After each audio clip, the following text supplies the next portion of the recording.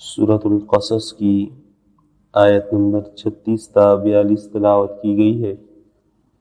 گزشتہ درس میں حضرت موسیٰ علیہ السلام کا فرعون کی طرف جانا اور حضرت ہارون علیہ السلام کا ان کے ساتھ معاون بننا اور موسیٰ علیہ السلام کی دعا اور اس کی قبولیت کا ذکر تھا۔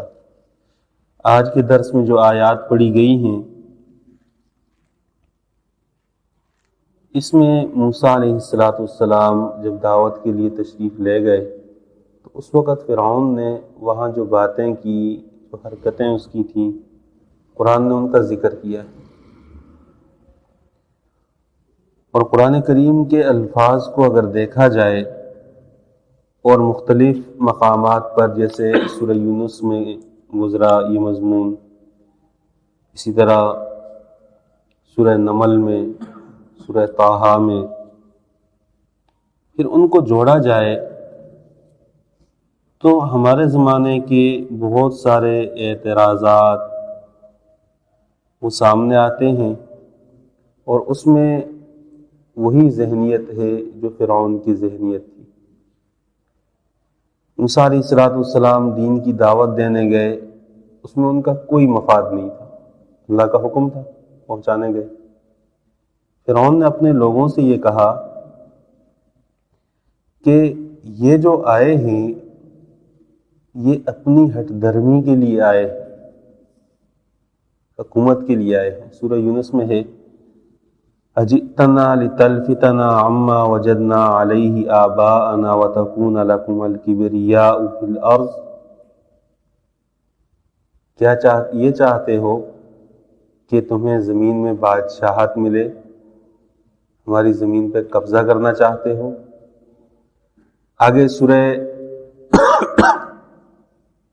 شعراء میں یہی مضمون بیان ہوا ہے، الفاظ مختلف ہیں، مفہوم تقریباً وہاں بھی یہی ہے، یرید ان یخرجکم من ارضکم بسحر، یہ جادوگر آیا ہے، یہ چاہتا ہے کہ تمہیں تمہاری زمین سے نکال دے اپنے جادو کے زور پر۔ پیغمبر پر بہت بڑا الزام ہے۔ ہمارے زمانے میں بہت سارے لوگ جو خود دین کا کام نہیں کرتے یا دین بیزار لوگ ہیں، ان کے مساجد کے بارے میں یہی تبصرے ہیں۔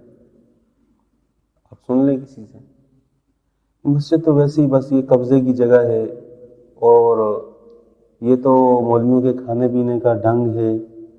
پھر اگر ان سے یہ کہا جائے کہ آپ اپنے بیٹے کو مولوی بنا دیں تو وہ اس پہ بھی تیار نہیں ہوتے، کہ اگر یہ کھانے پینے کا ڈھنگ ہے تو دنیا ساری تو کھانے پینے کے لیے لگی ہوئی ہے، تو آپ اس کو بنا لیں۔ نہیں، اس میں کیا پیسہ ہے؟ پیسہ بھی نہیں ہے، اور اگر خیر کا کام کوئی کر رہا ہے اس پر بھی اعتراضات۔ یہ بات ذہن میں رکھیں کہ مساجد پر، مدارس پر جو اعتراضات ہیں یہ تقریباً ملتے جلتے وہی الفاظ ہیں جو فرعون نے کہے تھے کہ قبضہ کر لیا۔ کہیں اگر مسجد بنتی ہے تو جس بندے نے مسجد کی بنیاد رکھی ہے، مسجد بناتے بناتے وہ بوڑھا ہو جاتا ہے، اس کو اپنی آخرت کے لیے سعادت سمجھتا ہے۔ ہمارے زمانے میں لوگ اس پر شکوک و شبہات، اعتراضات، عجیب عجیب قسم کی باتیں کرتے ہیں، سننے میں آتا ہے، تعجب ہوتا ہے۔ تو فرعون نے بھی وہی چال چلی کہ یہ تو بندہ مجھے ٹھیک نہیں لگتا، جھوٹ بولتا ہے، اب میں دیکھوں گا کہ میں اللہ کے پاس جاؤں گا، پوچھوں گا کہ موسیٰ صحیح ہے یا نہیں۔ یہ الفاظ ایک پیغمبر کی موجودگی میں۔ دوسری بات کہ موسیٰ علیہ السلام داعی تھے، دین کی دعوت دینے والے تھے، انہوں نے فرعون کے کسی اعتراض کی وجہ سے دعوت نہیں چھوڑی۔ سورہ شعراء میں گزر چکا ہے، فرعون نے اعتراض کیا، انہوں نے اللہ کا تعارف کروایا، فرعون نے اعتراض کیا، موسیٰ علیہ السلام نے اللہ کا تعارف کروایا۔ اس سے یہ پتہ چلتا ہے کہ جو بندہ دین کا کام کرے وہ لوگوں کی باتوں کی پرواہ نہ کرے، ورنہ کبھی بھی دین کا کام نہیں کر سکے گا۔ امام شافعی رحمہ اللہ کے ایک شاگرد نے ان سے شکایت کی کہ میں تو لوگوں کو دین کی بات بتاتا ہوں اور اس میں میرا فائدہ بھی کوئی نہیں ہے، اور لوگ مجھے باتیں سنا دیتے ہیں، امام شافعی رحمہ اللہ نے فرمایا کہ آپ کا درجہ پیغمبر صلی اللہ علیہ وسلم سے بڑا نہیں ہے۔ پیغمبر نے جب دعوت دی تو لوگوں نے ان کو مجنون کہا، ساحر کہا۔ یہ پیغمبر کی شان میں بہت بڑی گستاخی ہے۔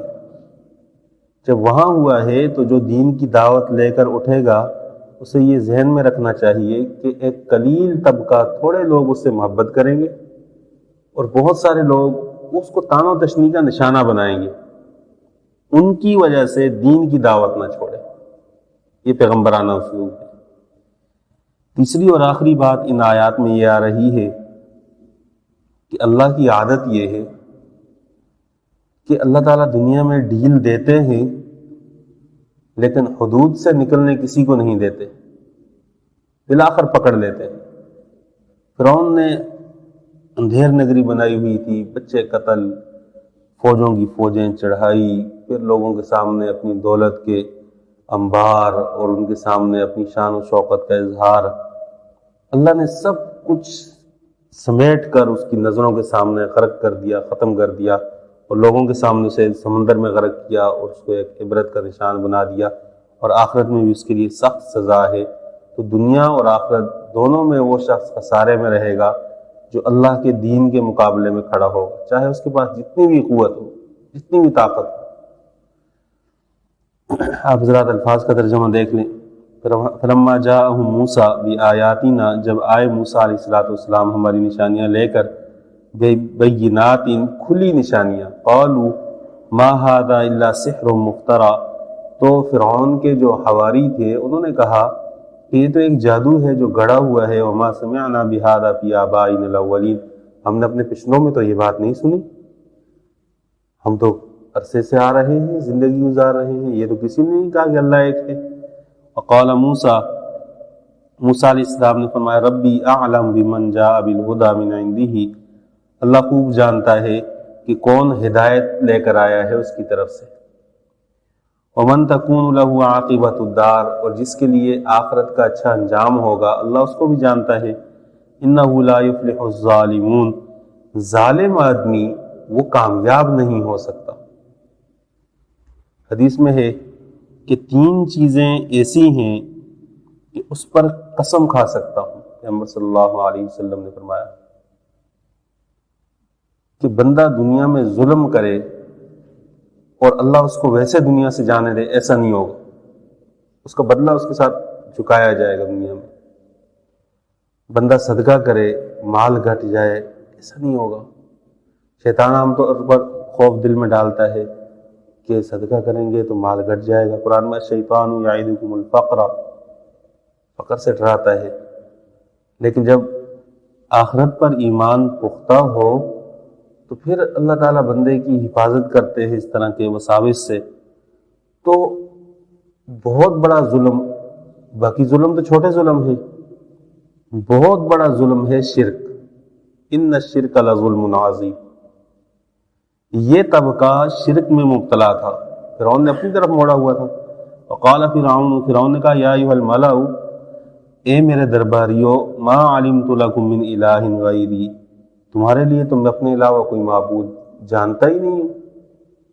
فاوقد لی یا ہامان علی الطین، اے ہامان میرے لیے مٹی پر آگ جلاؤ، فاجعل لی صرحا، میرے لیے ایک بڑا محل تیار کرو، اور لعلی اطلع الی الہ موسیٰ، ہو سکتا ہے کہ موسیٰ کے الہ کو میں دیکھ لوں، اس پر چڑھوں اور جا کر اس کو دیکھ لوں۔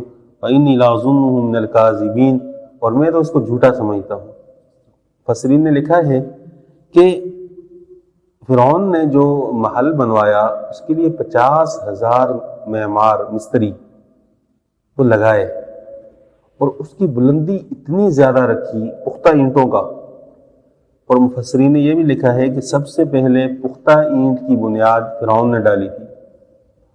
یہ جو ہے فوقد لیا ہامان علی الطین کہ مٹی کے اوپر آگ جلاؤ، تو یہ پختہ اینٹیں تیار ہو رہی ہیں، کیونکہ کچی اینٹوں سے تو عمارت زیادہ اونچی نہیں بن سکتی، اس نے پختہ اینٹوں سے بلند عمارت بنوائی۔ جب تیار ہو گئی تو اللہ تعالیٰ نے اس عمارت کو اندر گرا دیا، اس میں ہزاروں لوگ اسی طرح مر گئے۔ تو لوگوں کو اس نے تاثر یہ دیا کہ یہ تو جھوٹ بولنے والا آدمی ہے، اس کی باتیں مت مانو۔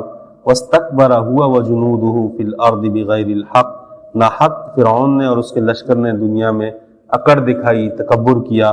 وظنوا انہم الینا لا یرجعون، وہ یہ سمجھتے تھے کہ ہمارے پاس نہیں لوٹائے جائیں گے۔ فاخذناہ وجنودہ، ہم نے اس کو بھی پکڑ لیا، اس کے لشکر کو بھی۔ فنبذناہم فی الیم، پھر دریا میں ان کو غرق کر دیا، پھینک دیا۔ فانظر کیف کان عاقبۃ الظالمین، پس تو دیکھ لے کہ ظالم لوگوں کا انجام کیا نکلتا ہے، ان کا کتنا برا نتیجہ ہے۔ وجعلناہم ائمۃ یدعون الی النار، اور بنایا ہم نے ان کو وہ مقتدا، وہ پیشوا کہ جو جہنم کی طرف بلاتے ہیں، آگ کی طرف بلاتے ہیں۔ انور شاہ کشمیری رحمہ اللہ نے لکھا ہے کہ یہ انسان کے جو اعمال ہیں یہی آخرت میں جا کر شکل اختیار کر لیں گے۔ نیک اعمال وہ باغات، جنتوں کی شکل اختیار کر لیں گے، اور جو برے اعمال ہیں وہ آگ کی شکل اختیار کر لیں گے، وہاں شکل تبدیل ہو جائے گی، ہوں گی یہی چیزیں، نیکیاں بھی بدیاں بھی۔ تو وہ نیکیاں جو دنیا میں ہیں آخرت میں جنت کی صورت میں سامنے آئیں گی، اور وہ اعمال بد آخرت میں جا کر آگ بن جائیں گے۔ وَيَوْمَ الْقِيَامَةِ لَا يُنصَرُونَ، اور قیامت کے دن ان کی کوئی مدد نہیں کی جائے گی۔ وَأَتْبَعْنَاهُمْ فِي هَذِهِ الدُّنْيَا لَعْنَةً، ہم نے اس دنیا میں ان کے پیچھے لعنت کو لگا دیا کہ وہ ملعون بن گئے، اللہ کی رحمت سے دور ہو گئے۔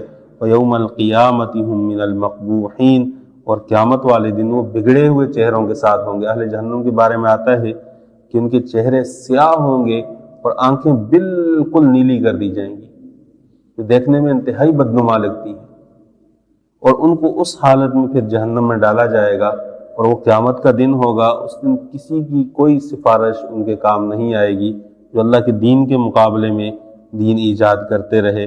اللہ تعالیٰ سے دعا ہے قرآن تعلیمات پر عمل کرنے کی توفیق عطا فرمائے۔